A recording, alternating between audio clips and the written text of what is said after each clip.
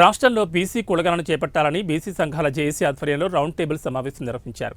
BC భవన్లో నిర్వహించిన ఈ సమావేశంలో బీసీ కుల సంఘాలు, బీసీ సంఘాల నాయకులు పాల్గొని బీసీలకు జనాభా నిష్పత్తి ప్రకారం విద్య, ఉద్యోగ, రాజకీయ రంగాల్లో వాటా కల్పించాలని కోరారు.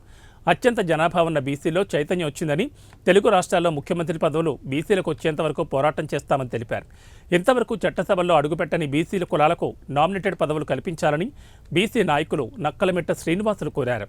సంఘాలు బీసీ సంఘాల జేఏసీ తరఫు నుంచి కర్నూలు బీసీ భవన్లో బీసీల రౌండ్ టేబుల్ సమావేశం ఏర్పాటు చేయడమైనది. ఈ సమావేశంలో అజెండా ఏంటంటే రాష్ట్రంలో బీసీ కుల గణన చేపట్టాలి. దాంట్లో జనగణన బదులుగా కులగణన చేపట్టాలంటేనే మా డిమాండు. అట్టడుగుపడ్డ ప్రజలకు గుర్తింపు వస్తుంది కులగణన జరిగితే. కాబట్టి అన్ని కులాల వాళ్లకు ప్రాధాన్యత ఇచ్చినట్టు అవుతుంది. కాబట్టి కులగణనలో జనగణనలో కులగణన చేయాలంటేనే ఈ సందర్భంగా డిమాండ్ చేస్తున్నాము.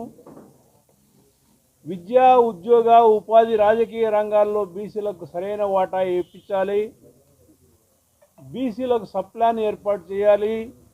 బీసీలకు రాష్ట్ర ప్రభుత్వం విద్యా ఉద్యోగ రంగాల్లో ఏబిసిడి వర్గీకరణ చేసిన విధంగానే రాయాలి. ఇంతవరకు చట్టసభల్లో అడుగుపెట్టని ఎంబీసీ కులాలకు రాజ్యసభ, ఎమ్మెల్సీ, రాష్ట్ర నామినేటెడ్ పదవులు చైర్మన్లు కేటాయించి సామాజిక న్యాయానికి పెద్దపీట వేయాలి.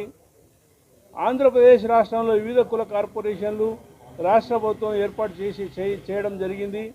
లబ్ధిదారులకు రుణాలు కేటాయించే విషయంలో బ్యాంకులతో సంబంధం లేకుండా వివిధ బీసీ కార్పొరేషన్ల ద్వారానే నేరుగా రుణాలు మంజూరు చేయాలంటని ఈరోజు చేశారు.